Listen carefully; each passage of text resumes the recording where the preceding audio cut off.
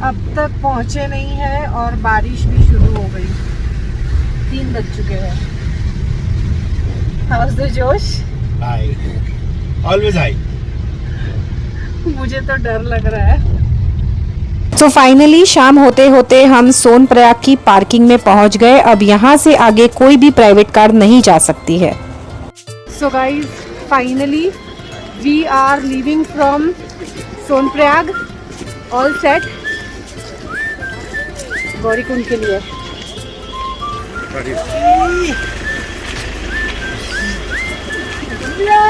भगवान के दर्शन करने के लिए हम सह परिवार निकल चुके हैं गौरीकुंड जाने के लिए। हे Rahul, hi Rahul. Swarupa want to say anything? How's the जोश?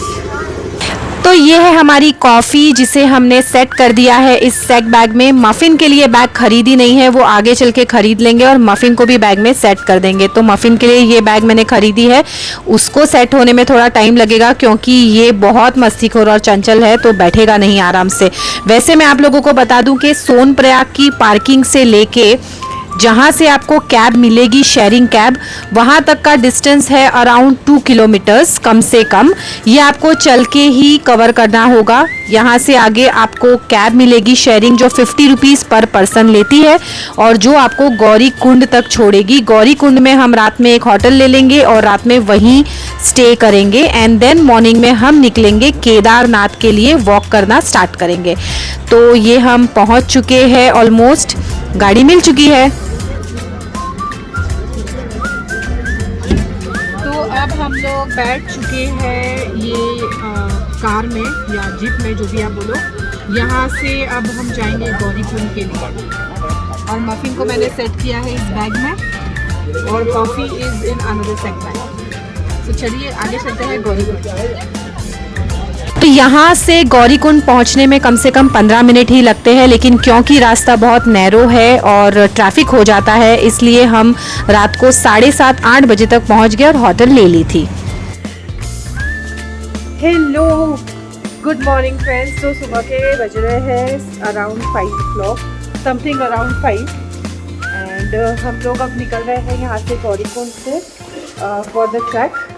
तो आगे की जर्नी में आप लोगों को कंटिन्यू करूंगी, तब तक आप लोग बने रहिए। तो गाइज यहाँ के सारे ही होटल इस तरीके से ऊंचाई पे है तो आपको क्लाइंब अप क्लाइंब डाउन करना ही होगा। कॉफ़ी और मफ़िन को वंस अगेन हमने सैक बैग में डाल दिया है और हम लोग निकल चुके हैं।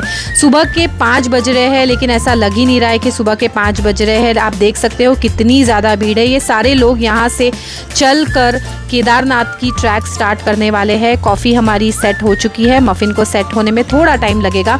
यहाँ से अब गौरीकुंड से ऊपर अगेन हमें 1.5-2 किलोमीटर तक चलना है और यहाँ से घोड़े मिलते हैं जिन्हें लेकर आप ऊपर जा सकते हो। मेरी हालत कल रात से ही बहुत ख़राब हो चुकी थी बिकॉज ऑफ अस्थमा और वेदर जिस तरीके का था। तो अब हम लोग ने डिसाइड किया है कि हम यहाँ से टट्टू ही लेकर जाएंगे बिकॉज पॉसिबल नहीं है मेरे लिए। सो गाइज़, ये प्लेस है जहाँ से आपको घोड़ा, टट्टू, जो भी आप कहें वो आप यहाँ से लेकर ऊपर जा सकते हैं।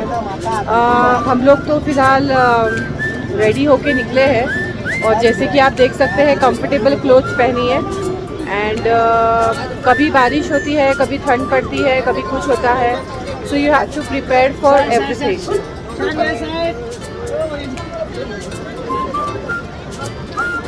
ऑल्सो हमारे पास में एक्स्ट्रा लगेज है, that is coffee and muffin. तो that is the reason also हम लोग थोड़ा सा स्लो हो जाएंगे। तो अभी देखते हैं, ऊपर चलते हैं, देखते हैं। तो मेरे ओपिनियन में मुझे ये घोड़े वाला आइडिया बिल्कुल भी पसंद नहीं आया था, लेकिन क्योंकि कल से ही मेरी हालत इतना ट्रैवल करने के बाद में इतनी ज़्यादा ख़राब हो चुकी थी और आप देख सकते हैं कि कितनी ज़्यादा चढ़ाई है और बीइंग एन अस्थमैटिक मैं कल से 3 से 4 बार मुझे अस्थमा के अटैक आ चुके थे। तो प्रेम ने डिसाइड किया कि क्योंकि मेरी और स्वरूपा की हालत ख़राब है तो हमें इस घोड़े पे ही जाना चाहिए। तो अब हम बैठ चुके हैं इस घोड़े पे। ऑनेस्टली स्पीकिंग मुझे पसंद नहीं आ रहा है, लेकिन क्या करें, मजबूरी है। इतना ट्रैवल करने के बाद में वापस तो नहीं जा सकते। सो गाइज, मफ़िन का वज़न ही कुछ अराउंड 7 kg है। उसको उठा के इतना ऊपर तक चढ़ाई करना मेरे लिए पॉसिबल नहीं है, इसलिए मैं इस घोड़े पर जा रही हूँ। I actually don't like going on this kind of, I don't like taking this kind of a ride, but then मजबूरी है। एंड इतना दूर है, it's around 22 kilometres from here now. तो I am just waiting for Prem and my other family members. तो या अभी सुबह के 6 बज रहे हैं, देखते हैं कितने बजे तक पहुंचते हैं। तो आप लोग बने रहिएगा, मैं आप लोगों को आगे की जर्नी में अपडेट देते रहूँगी। और अगर आपने अब तक मेरे चैनल को सब्सक्राइब नहीं किया है तो प्लीज़ सब्सक्राइब कर लीजिए, सब्सक्रिप्शन फ्री है। कुछ इस प्रकार हमने हमारी केदारनाथ ट्रैक की जर्नी इस टट्टू पे सवार होके शुरू कर दी थी। ऑनेस्टली स्पीकिंग मैं दिल से बिल्कुल भी खुश नहीं थी, क्योंकि मुझे इस टट्टू पे सवार होकर नहीं जाना था। मैं चाहती थी कि अगर मेरी हेलीकॉप्टर बुकिंग नहीं होती है तो मैं पूरा सफ़र चलकर चली जाऊंगी, लेकिन ऐन वक्त पे मेरी अस्थमा की प्रॉब्लम की वजह से और स्वरूपा की हेल्थ के वजह से हमने ये डिसीजन लिया कि इतने दूर आने के बाद में अब हम गिव अप नहीं कर सकते, और शायद इसी में महादेव की कोई इच्छा रही होगी, इसीलिए हम इस टट्टू पे सवार होके फाइनली अपनी जर्नी को कवर कर रहे हैं। तो फाइनली एक छोटा सा ब्रेक ले रहे हैं हम लोग। कॉफ़ी और मफिन बहुत एक्साइटेड है, कब से बैग में थे, फाइनली बाहर निकाला है तो बहुत खुश हो गए दोनों। दोस्तों, केदारनाथ का रास्ता जितना लंबा और कठिन है उतना ही ये रास्ता खूबसूरत भी है। आप देख सकते हैं कि जगह जगह पर हरियाली है। बारिश की वजह से यहाँ पे हर जगह पे छोटे छोटे झरने बहते हुए आप देख सकते हैं, और इन झरनों की खूबसूरती में आप खो जाते हैं। आगे का सफ़र कंटिन्यू करना है, उसके पहले आप लोगों को कुछ इन्फॉर्मेशन।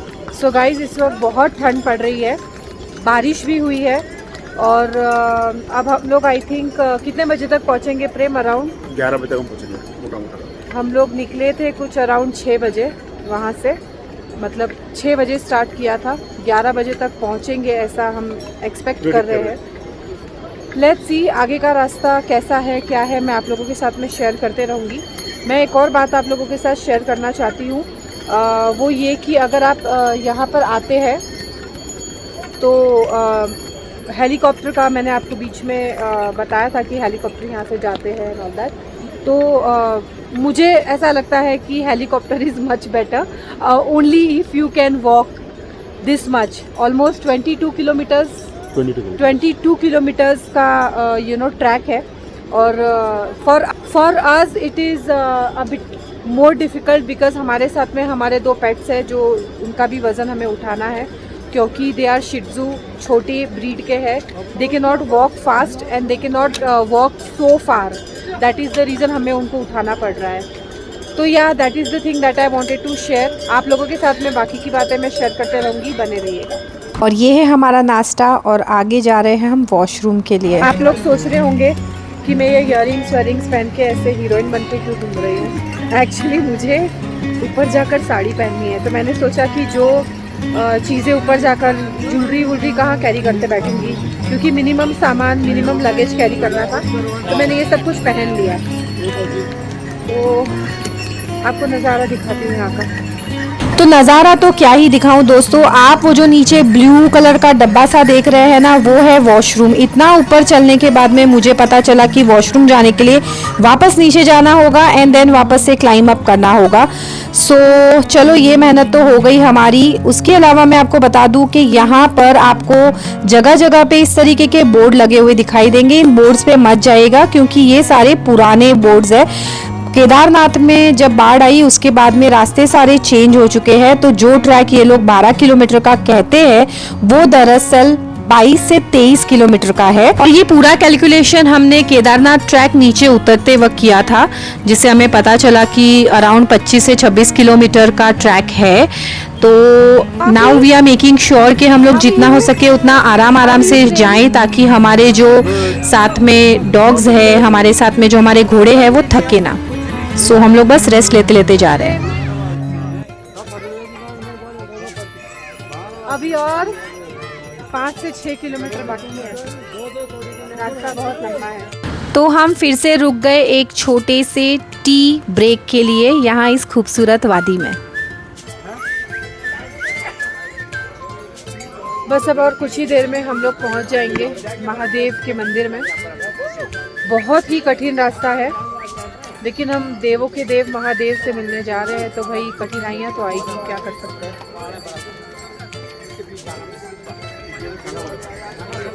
घोड़ा मेरा दोस्त, दो ना बिस्किट।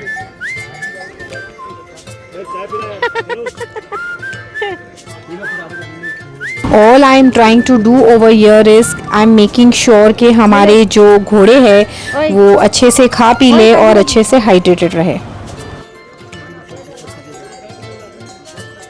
दोस्तों, अमूमन एक इंसान दिन में एक ही बार केदारनाथ का ट्रैक ऊपर नीचे कर सकता है और यही बात लागू होती है इन घोड़ों पे भी।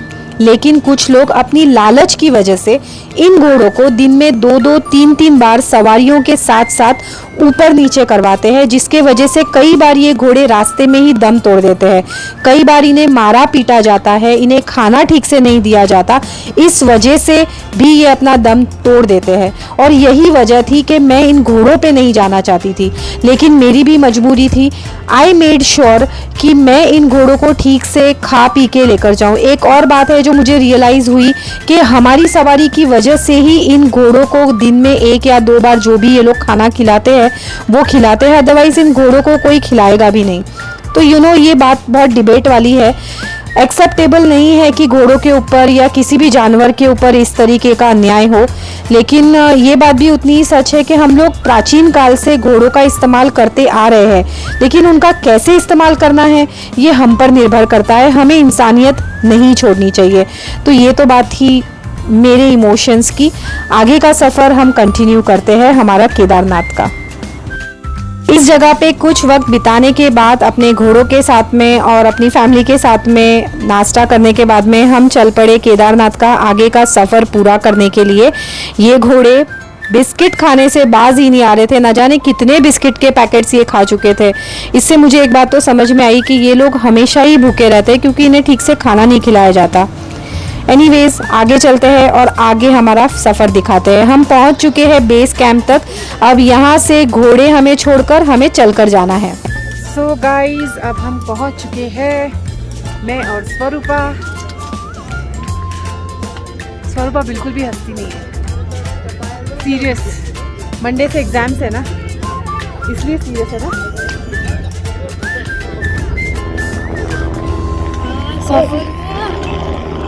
तो गाइस, बस घोड़ों का सफ़र यहीं तक का था। यहाँ से आगे हमें 1.5 से 2 किलोमीटर कम से कम चल के ऊपर जाना होगा और बस मंदिर पे हम पहुँच जाएंगे। वैसे बता दूं कि हेलीकॉप्टर से जो लोग आते हैं उनकी भी लैंडिंग यहीं आगे से होती है और उन्हें भी यहाँ से आगे चलकर जाना होता है।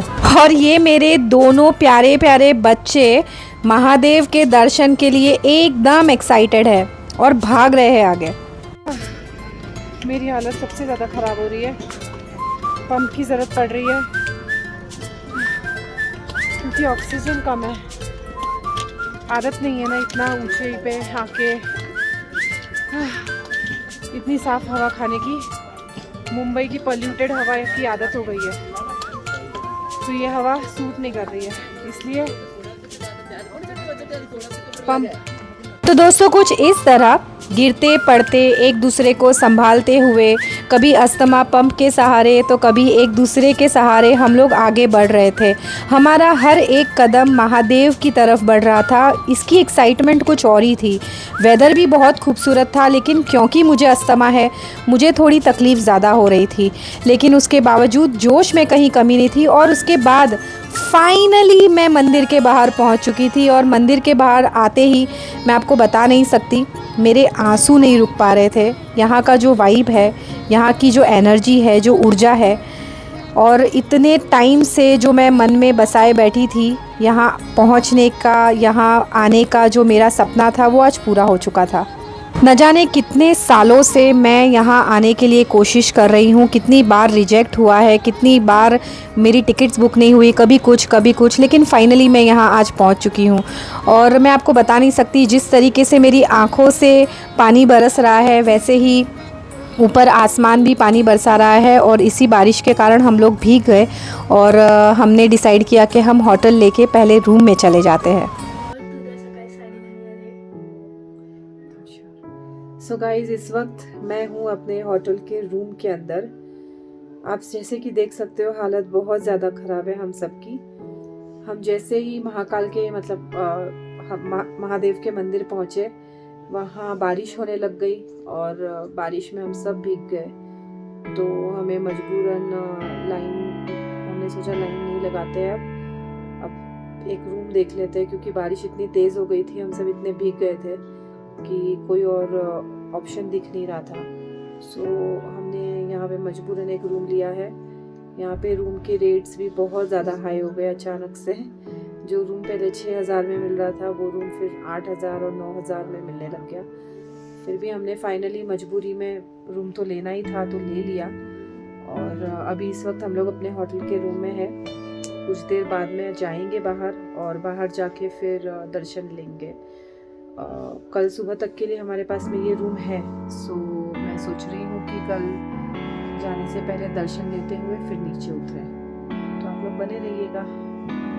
हर हर महादेव। कुछ देर होटल में रेस्ट करने के बाद में मैंने और मेरे भाई ने डिसाइड किया कि हम लोग शाम की आरती बाहर से ही क्यों ना हो, हम ज़रूर लेंगे। इसीलिए मैं और मेरा भाई हमारे होटल रूम से निकल पड़े हैं। हमारे होटल से केदारनाथ मंदिर ज़्यादा दूर नहीं है, लेकिन बावजूद उसके आप देख सकते हैं कि यहाँ पे लाइन बहुत बड़ी लगी है। कम से कम 2-2.5 किलोमीटर की लाइन लगी होगी। और ये लाइन जो है, इससे आपको दर्शन करने के लिए इस टाइम पे कम से कम 3 से 4 घंटे लग सकते हैं। तो इतनी देर खड़े रहने की कैपेसिटी मेरी नहीं थी, क्योंकि मेरी तबीयत पूरी तरीके से रिकवर नहीं हुई थी। तो उसके बावजूद मैं चाहती थी कि बाहर से क्यों ना हो, मैं मंदिर के बाहर से ही आरती का आनंद ज़रूर लेना चाहूँगी। तो मैं किसी तरीके से ऊपर चढ़ के जा रही हूँ और इस वीडियो को फास्ट फॉरवर्ड में दिखा रही हूँ। वैसे ऊपर चढ़ के जाने के लिए मुझे काफ़ी वक्त लगा था, लेकिन आप लोगों को मैं ये वीडियो फास्ट फॉरवर्ड में दिखा रही हूँ ताकि आप समझ सके कि कितना नीचे से आपको ऊपर तक वापस चलकर जाना है, चलकर आना है। एंड यहाँ पहुँचने के बाद में दोस्तों मैं आप लोगों को बता दूँ कि यहाँ की जो वाइब्स है, यहाँ की जो एनर्जी है, वो आप जब यहाँ पहुँचोगे तभी आपको फील होगा। और आपको मैं ये भी ज़रूर कहना चाहूँगी कि अगर आप भगवान भोलेनाथ में बिलीव करते हैं तो जीवन में एक बार केदारनाथ ज़रूर जाइए। ये सबसे मुश्किल यात्रा है, ये सबसे ज़्यादा मुश्किल यात्रा मुझे लगती है, लेकिन आप इसे इस एज में अगर कर लेते हैं ना, तो आप जीवन भर के लिए इसको अपने मन में समा लेते हैं, मुझे ऐसा लगता है। और इसीलिए मैं चाहती थी कि मैं केदारनाथ जाने के लिए अपने बूढ़े होने का इंतज़ार ना करूं और मैं बस इसी एज में केदारनाथ धाम जाकर आऊं। और आज फाइनली वो सपना पूरा हो चुका है। तो अब यहाँ पे आरती शुरू हो चुकी है और आरती मैं आप लोगों को चाहती हूँ कि आप लोग देखें, इसलिए मैं वॉल्यूम जो है आरती का बंद नहीं कर रही हूँ। वीडियो थोड़ा लंबा ज़रूर हो जाएगा, लेकिन प्लीज़ पूरी आरती ज़रूर देखिएगा।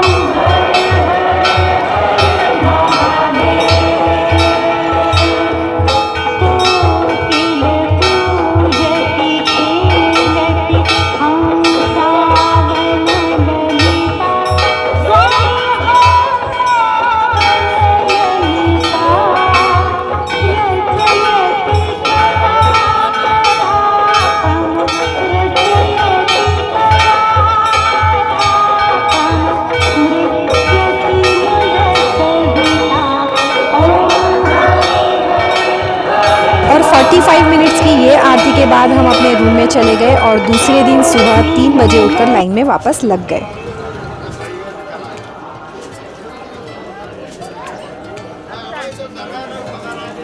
सुबह 3 3 बजे उठ के 2 घंटे से लाइन में लगे हैं। अब दर्शन देंगे।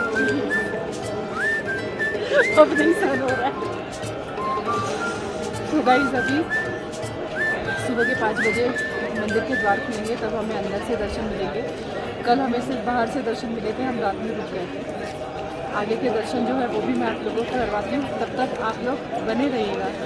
हर हर महादेव। करीबन सुबह के 5 बज चुके थे, लेकिन लाइन में कोई कमी नहीं थी। फिर से लाइन बहुत लंबी लग चुकी थी, लेकिन अगर आप चाहते हैं तो आप 5,000 रुपये देकर डायरेक्ट दर्शन ले सकते हैं, लेकिन अगेन ये मेरे रूल बुक में फिट नहीं होता। इसीलिए मैं लाइन में तो लग चुकी हूँ, भले ही कितनी भी ठंडी लगे, भले ही कितनी भी तकलीफ हो, जाऊंगी तो मैं लाइन में लगकर हक से महादेव के दर्शन करने के लिए। आसपास की खूबसूरती आप देख सकते हैं कि कितना खूबसूरत लग रहा है। वक्त लगेगा लेकिन महादेव के दर्शन होंगे, और वो भी हक से होंगे। तो हम लोग इस लाइन में लगे हुए हैं और वेट कर रहे हैं कि कब मंदिर के कपाट खुले और कब हम अंदर जाएं और महादेव जी के दर्शन ले लें।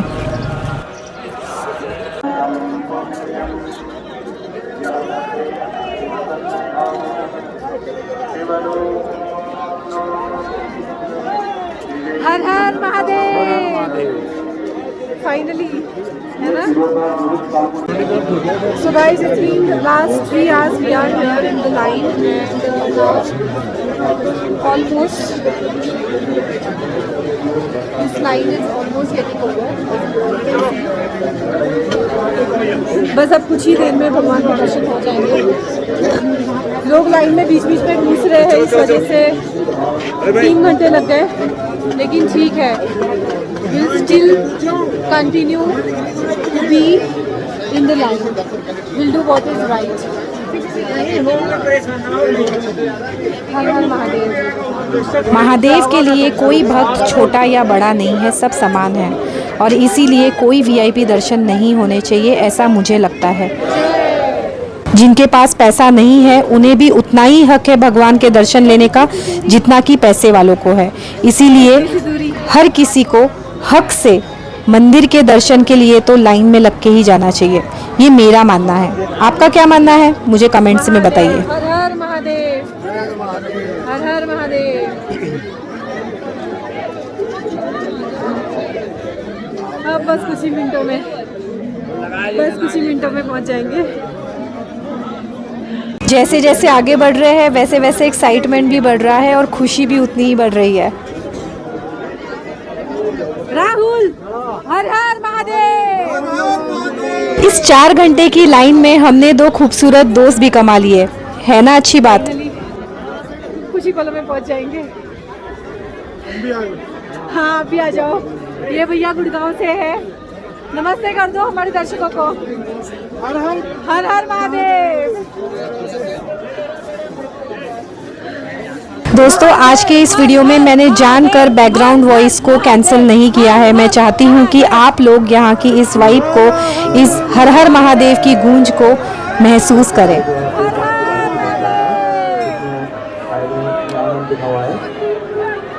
जैसे जैसे मंदिर के करीब आ रही थी वैसे वैसे मैं अपने इमोशंस को कंट्रोल नहीं कर पा रही थी। मेरी आंखों से आंसू बह रहे थे और मुंह से बस महादेव का नाम निकल रहा था। मैं इतने करीब थी अपनी मंजिल के, महादेव के, कि मैं कुछ बता नहीं सकती कि मैं क्या फील कर रही थी। बस मुझे ऐसा लग रहा था कि मुझे बस मेरे महादेव मिल चुके हैं। मंदिर के इस द्वार के आगे गर्भ स्थान में कैमरा लेकर जाना तो अलाउड नहीं है, लेकिन बावजूद उसके मैं चाहती हूँ कि आप लोग इस मंदिर के द्वार तक का जो है वो एक्सपीरियंस कीजिए। और मैं आप लोगों को महादेव का जो शिवलिंग है उसकी फ़ोटो ज़रूर दिखाऊंगी।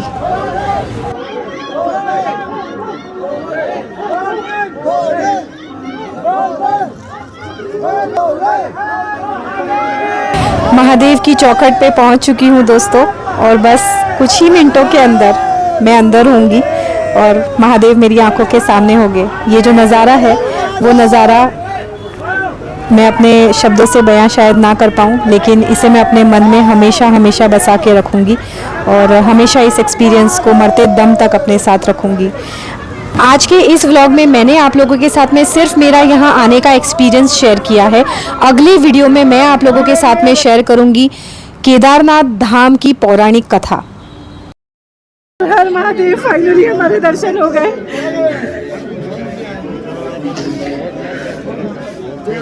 अंदर चलो बढ़ते रहो बढ़ते रहो। भाजी पिन पढ़ लिए क्या? लड़का मैंने यही पढ़ा। ये आप आगे से चलो। सो दोस्तों फाइनली महादेव के दर्शन मुझे हो गए। बहुत समय लगा, बहुत अंदर धक्का मुक्की हो रही थी। 2 सेकंड के लिए ही हुए, लेकिन आंखों में शिवलिंग को बसाए मैं बाहर निकली हूँ। अंदर कैमराज अलाउड नहीं है, इसलिए मैं गर्भस्थान में बसे शिवलिंग का आप लोगों तक वीडियो नहीं पहुंचा सकी, लेकिन जितना कोशिश मुझसे हो सकता था मैंने वो सारा ट्राई किया है। मैं इस वक्त खुशी से फूली नहीं समा रही हूँ, मुझे पता नहीं क्यों रोना आ रहा है। बस यहीं तक के थे दर्शन, आगे का आप लोगों को अपडेट देती हूँ। मैं मंदिर के बाहर आ चुकी हूँ। अब मैं उत्तराखंड की सीएम आने वाले हैं, इसलिए बहुत कड़ा बंदोबस्त किया हुआ है। दोस्तों ये मंदिर के बाहर का आवरण है, आप देख सकते हैं। और यहीं पे पीछे आपको गौमुख दिखेगा। यहाँ से लोग गंगा जल लेकर अपने घर भी लेकर जाते हैं। और उसी के साथ साथ यहाँ पे पीछे भीमशिला भी है, जिसकी लोग पूजा करते हैं। माना जाता है कि ये जो पत्थर आया था बाढ़ के वक्त में, उसने बाढ़ के पानी को बांट दिया था, जिसके कारण मंदिर बच गया था। वैसे भोलेनाथ के मंदिर को कौन क्या कर सकता है, कोई कुछ नहीं कर सकता। और ये भोलेनाथ की ही एक लीला आप समझ सकते हैं। ये है भीमशिला, आप देख सकते हैं, जहां अब लोग पूजा पाठ करते हैं। और इस वक्त जैसे कि मैंने बताया कि यहाँ पे उत्तराखंड के सीएम आए हुए, इसलिए कड़ा बंदोबस्त था, लेकिन बावजूद उसके हमने बहुत एंजॉय किया। तो दोस्तों केदारनाथ धाम के पास में ही ये एक मंदिर है, जहाँ आप भगवान का नाम लेने से पानी में बुलबुले उठते हैं। तो आप लोगों को ये भी दिखाते हैं। ओम नमः शिवाय, ओम नमः शिवाय, ओम नमः शिवाय, ओम नमः शिवाय, ओम नमः पानी में नीचे उभी रहो। नमः शिवाय, ओम नमः शिवाय, ओम नमः शिवाय, जोर से ना वैसे उड़ते थे ओम नमः शिवाय, कितनी जोर से ओम नमः शिवाय, ओम नमः शिवाय, ओम नमः शिवाय, ओम नमः शिवाय, ओम नमः शिवाय, ओम नमः शिवाय। जयकारा मां जगदम्बे मैया जी का, बोलो सच्चे दरबार की जय। हर हर महादेव। तो दोस्तों बहुत अच्छे से महादेव के दर्शन हुए, बहुत अच्छे से मैंने यहाँ पे वक्त बिताया। अब यहाँ से मैं आगे बद्रीनाथ के लिए निकल रही हूँ और आप लोगों को आगे के अपडेट्स भी देते रहूँगी। अगर आपने मेरे चैनल को अब तक सब्सक्राइब नहीं किया है तो प्लीज़ सब्सक्राइब कर लीजिए। और आपके व्यूज़ मुझे अपने कमेंट सेक्शन में प्लीज़ बताइए कि आपको मेरे वीडियोस कैसे लग रहे हैं। और मैं आपसे आगे मिलूँगी, आगे के जो है दर्शन वो मैं आप लोगों को करवाऊँगी। तब तक मेरे चैनल के साथ बने रहिए। हर हर महादेव।